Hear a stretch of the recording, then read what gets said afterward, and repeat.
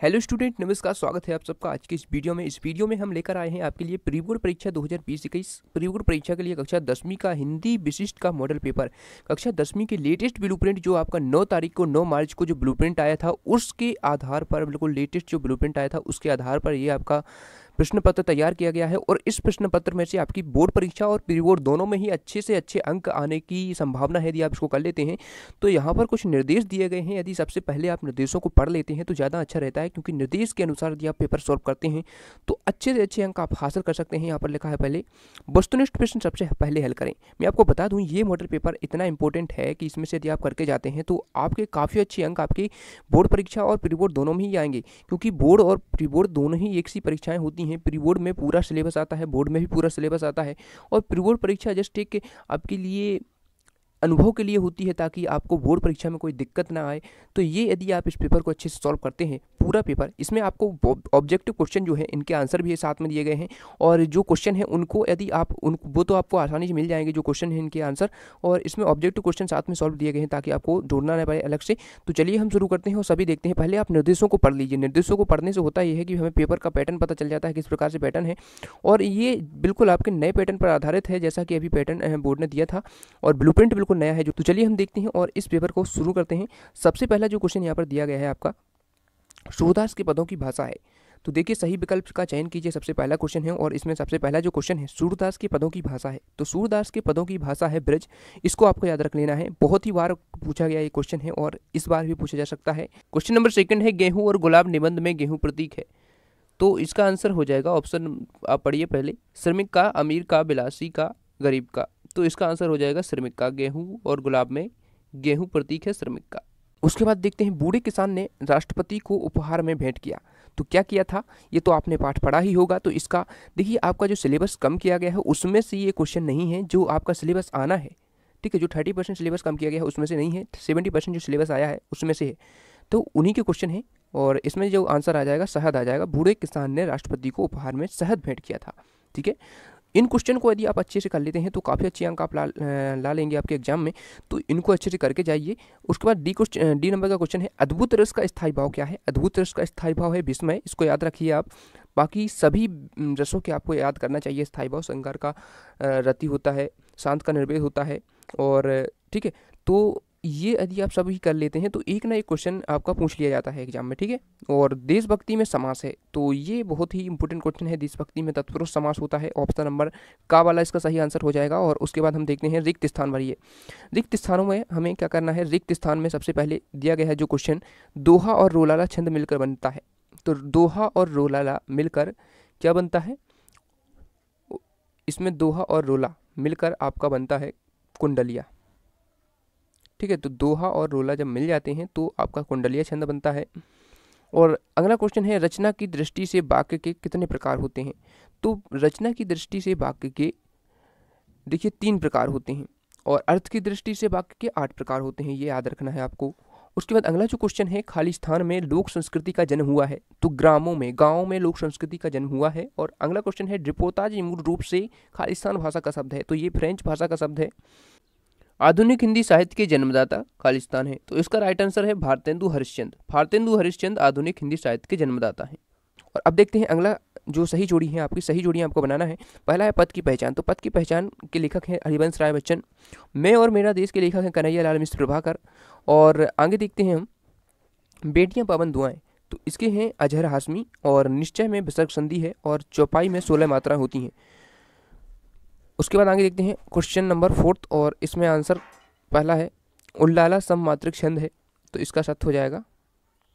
निराला शब्द में व्यंजन संधि है, तो इसका असत्य है।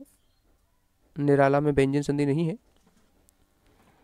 अगला क्वेश्चन है नर्मदा का उद्गम स्थल नासिक है। तो नर्मदा का उद्गम स्थल नासिक नहीं है, अमरकंटक है। तो इसका असत्य आ जाएगा। अगला क्वेश्चन है श्री कृष्ण को 16 कलाओं का अवतार कहा जाता है। बिल्कुल सत्य है, तो इसका सत्य आंसर हो जाएगा। और अगला है विनय पत्रिका तुलसीदास की रचना है। तो ये सत्य है, ठीक है। और अगले देखते हैं हम एक शब्द या वाक्य में उत्तर देखिए। तो ये आप देख सकते हैं, पहला है स्थायी भाव के उत्पन्न होने के कारणों को क्या कहते हैं। तो स्थायी भाव के उत्पन्न होने के कारणों को विभाव कहते हैं। बहुत ही इंपॉर्टेंट क्वेश्चन है ये।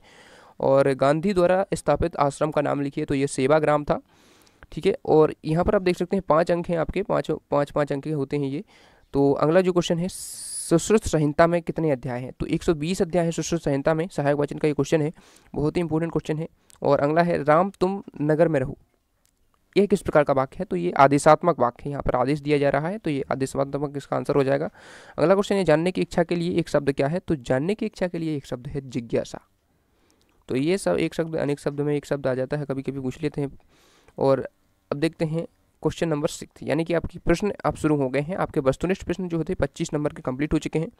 अब हम प्रश्न देखते हैं, इन प्रश्नों को आपको देखते चलना है और अथवा सहित इसमें दिए गए हैं, इन क्वेश्चन को कंप्लीट करते जाना है आपको और इनको याद करते जाना है। तो अवगुणों पर ध्यान न देने के लिए सूरदास ने किससे प्रार्थना की है? तो इसका आंसर आपको बताना है। 2 अंक का प्रश्न है ये, अथवा में है। कुब्जा कौन थी, उद्धार किसने मतलब उसका उद्धार किसने किया या कैसे हुआ? तो ये आपका क्वेश्चन नंबर 6 हो गया। 7 देख सकते हैं, तुलसीदास जी के मन मंदिर में सदैव कौन विहार करता है? अथवा वाला है इसका, माता बालक राम की कौन कौन सी चेष्टाओं से प्रसन्न होती हैं? बहुत ही इंपॉर्टेंट क्वेश्चन है ये। माथे पर लगे टीके की तुलना किससे की गई है? अथवा है, व्यक्ति सम्मान के योग्य कब बनता है?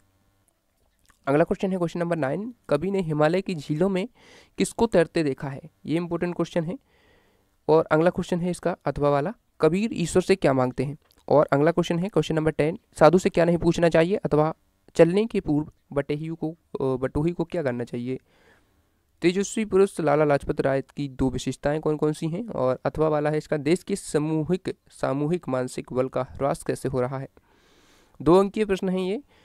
और अगला है, पृथ्वी पर मानव अपने साथ क्या लेकर आया है? तो ये भूख प्यास लेकर आया था, जो आपको याद होगा। अथवा है, गांव के सुसंस्कृत आदमी की 2 विशेषताएं लिखिए, ये आपको लिखना है। और अगला है, महाराणा लाखा वीर सिंह के किस गुण से प्रसन्न हुए? और स्थित प्रज्ञता कैसे प्राप्त होती है? जो चैप्टर आपके आने हैं उन्हीं से ये क्वेश्चन है, उन्हीं के हैं। जो हटाए गए चैप्टर हैं उनसे एक भी क्वेश्चन नहीं है। अगला है, सुश्रुत को शल्य चिकित्सा के अतिरिक्त किन किन महत्वपूर्ण रोगों की जानकारी थी? और इसका अथवा है, स्वामी विवेकानंद से निवेदिता की मुलाकात कब वहाँ कैसे हुई? कब कहाँ वह कैसे हुई? और अब देखते हैं हम 15 क्वेश्चन। यहाँ पर आपको निर्देशानुसार वाक्य परिवर्तित करना है। तो तुम्हें अपना कार्य करना चाहिए, आज्ञावाचक बनाना है इसको। सीता गाना गाती है, आश्चर्यबोधक। तो इसको आप बना सकते हैं। तो निम्न वाक्यों को शुद्ध करके लिखिए। सेठ ज्वाला प्रसाद अच्छा महाजन थे, तो ये अच्छे महाजन थे, ये शुद्ध हो जाएगा। सोनू को फेल होने की आशा है, यहाँ पर लिखा है, तो इसको आशंका में बदल देंगे आशा की जगह पे, तो ये सत्य हो जाएगा, सही हो जाएगा। ये सोनू को फेल होने की आशंका है, ठीक है। अब देखते हैं, खंड काव्य की परिभाषा लिखिए एवं किसी एक खंड काव्य का नाम लिखिए। महाकाव्य की परिभाषा, किसी एक महाकाव्य का नाम लिखिए। और अब देखते हैं 3 अंकीय प्रश्न यहाँ से शुरू हो रहे हैं। क्वेश्चन नंबर 16 तक 2 अंकीय प्रश्न थे। और वनवास की कठिनाइयों के बीच अर्जुन, भीम और युधिष्ठिर ने क्या क्या प्राप्त किया? तो ये 3 अंकीय प्रश्न है, आपका सहायक वाचन का है, इंपॉर्टेंट क्वेश्चन है। इसका अथवा है, भारतीय स्त्रियों के कौन कौन से गुणों ने निवेदिता को प्रभावित किया? कोई 3 लिखना है आपको, 3 अंक का है प्रश्न। और अब हम देखते हैं आगे, क्वेश्चन नंबर 18 है, छंद किसे कहते हैं, कितने प्रकार के होते हैं? वक्रोक्ति अलंकार की परिभाषा उदाहरण सहित लिखिए। निम्नलिखित वाक्यांशों के लिए एक शब्द लिखिए जिसका कोई आकार ना हो। दोपहर के पहले का समय, ईश्वर पर विश्वास करने वाला, एक आप याद करके रखिए इसको, कोई भी आ सकता है। आपके मुहावरे भी, 9 2 11 होना, आँख लगना, अक्ल का दुश्मन। क्वेश्चन नंबर 20 है, प्रयोगवादी काव्य की 2 विशेषताएं लिखिए। प्रयोगवादी कवि एवं उनकी एक एक रचना का नाम लिखिए। अथवा वाला क्वेश्चन है इसका, छायावादी कविता की 2 विशेषताएं लिखिए। 2 छायावादी कवि एवं उनकी एक एक रचना का नाम लिखिए। उसके बाद क्वेश्चन नंबर 21 है, जीवनी और आत्मकथा में अंतर लिखिए। ये वाला क्वेश्चन है, इसका अथवा है, नाटक और एकांकी में 2 अंतर लिखिए। एक एक रचना एवं रचनाकारों के नाम लिखिए। उसके बाद देखते हैं, सूरदास अथवा तुलसीदास की काव्यगत विशेषता निम्नलिखित बिंदु के आधार पर लिखिए। आपको यहाँ पर कवि परिचय लिखना है। सूरदास अथवा तुलसीदास का आप याद करके जाइए, कोई भी आ सकता है, ठीक है। तो सूरदास और तुलसीदास का कई बार पूछा जाता है। और इसमें 2 रचनाएं आपको लिखना है, भावपक्ष, कलापक्ष और साहित्य में स्थान, ठीक है। इन 3 बिंदुओं पर आपको लिखना है। 4 अंक आपको मिल जाएंगे इसमें। और अब अगला क्वेश्चन है क्वेश्चन नंबर 23, वासुदेव शरण अग्रवाल अथवा प्रेमचंद का साहित्यिक परिचय निम्न बिंदुओं के आधार पर दीजिए। 2 रचनाएं, भाषा शैली, साहित्य में स्थान। 4 अंक के प्रश्न है ये। क्वेश्चन नंबर 24 देखते हैं, निम्नलिखित में से किसी एक पद्यांश की सप्रसंग व्याख्या लिखिए। इसमें पद्यांश दिया गया है, इसकी सप्रसंग व्याख्या लिखना है। तो इनमें अथवा में है, दो दिए गए हैं, इनमें से आपको कोई एक करना होगा। तो अभिगत गति कछु कहतना, अब ये वाला जो गद्यांश है, पद्यांश है, इसको आप कर लीजिए, इसके सप्रसंग व्याख्या कर लीजिए। और भरे रही कोकिला इधर तान, ये वाला भी आपको करना है। वीरों का कैसा हो बसंत जो आपका चैप्टर है उसमें से आया है ये। तो ये वाले यदि आप कर लेते हैं तो हो सकता है इन्हीं में से कोई पूछ लिया जाए। और उसके बाद क्वेश्चन नंबर 25 देखते हैं, निम्नलिखित में से किसी एक गद्यांश की व्याख्या संदर्भ पर संग्रहित कीजिए। इसमें गद्यांश दिया है, उसमें पद्यांश दिया था। 4 अंक के प्रश्न होते हैं, ये बहुत ही इंपॉर्टेंट है, इनको आपको करके जाना है। तो ये पद्यांश और गद्यांश कुछ भी आ सकते हैं, लेकिन ज़्यादातर जो सिलेक्टिव होते हैं, जो ज़्यादातर पूछे जाते हैं, उनको ही इसमें डाला गया है। जैसे कि ये वाला है, मैंने जो कुछ जीवन में अध्ययन और अनुभव सीखा, ये वाला जो है आपका, तो ये जो है चैप्टर से बीच में से पूछे जाते हैं, इसकी व्याख्या आपको करनी होती है। ये आप जो चैप्टर पढ़ा होगा तो आपको पता होगा किस चैप्टर से है ये, ठीक है, तो ये आप कर लेंगे। और ये वाला है जैसे प्रेमचंद जी द्वारा लिखित है, तो इनको आपको ढूंढ लेना है और याद कर लेना है। अब देखते हैं क्वेश्चन नंबर 26। इसमें है, निम्नलिखित अपठित गद्यांश को पढ़कर नीचे लिखे प्रश्नों के उत्तर लिखिए। इसमें आदर्श व्यक्ति कर्मशीलता में ही अपना, तो इसमें आपको क्या करना होता है, उपयुक्त गद्यांश का उचित शीर्षक लिखना होता है। कुछ क्वेश्चन भी इसमें दिए जाते हैं, उनको भी आपको लिखना होता है। तो इसी में से कुछ क्वेश्चन होते हैं सारांश लिखना पड़ता है, तो इसके अंक भी आपको डिवाइडेड रहते हैं, किसी में 1 अंक, किसी के 2 अंक। तो ये देखिए इसमें दिया गया क्वेश्चन, उपयुक्त गद्यांश का शीर्षक लिखिए। तो शीर्षक आपको इसमें आदर्श व्यक्ति कर्मशीलता में ही अपना, तो कर्मशीलता इसका शीर्षक हो जाएगा। इस गद्यांश में, अपठित गद्यांश में, देखिए अपठित गद्यांश होते हैं जो अपठित होते हैं, यानी कि आपने जो कभी पढ़ा नहीं है वो वाले ही आते हैं, लेकिन कभी कभी रिपीट भी हो जाते हैं। तो इसमें आप इसको करके जाइए और बाकी के भी प्रैक्टिस करिए, ताकि इसी प्रकार के आपके कोई भी आ जाए तो आपसे बन जाए।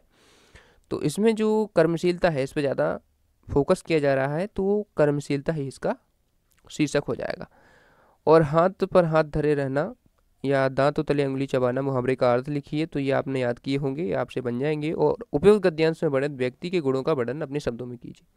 तो इस प्रकार से इसमें क्वेश्चन पूछे जाते हैं। और अब देखते हैं क्वेश्चन नंबर 27। इसमें आपको कोविड-19 के कारण अपने स्कूल की फीस भरने में असमर्थ हैं, इस हेतु विद्यालय के प्राचार्य को फीस माफी के लिए एक प्रार्थना पत्र लिखिए।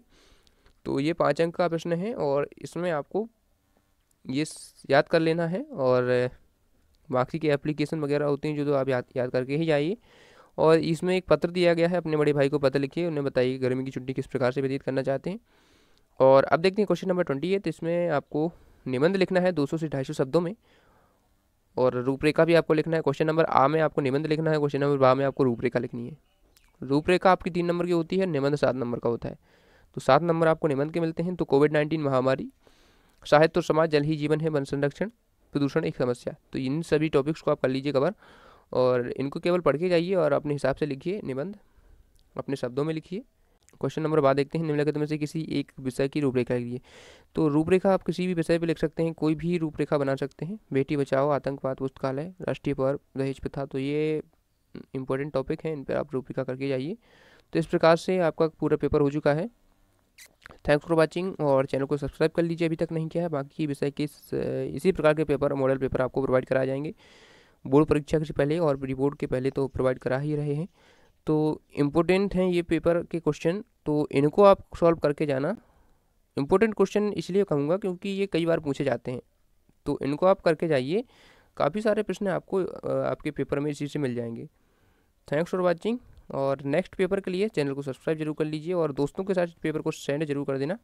यदि आप चाहें तो इसका PDF भी हम आपको डिस्क्रिप्शन बॉक्स में प्रोवाइड करा देंगे, तो वहाँ से आप इसको डाउनलोड भी कर सकते हैं और इसके क्वेश्चन को कंप्लीट कर सकते हैं। Thanks for watching.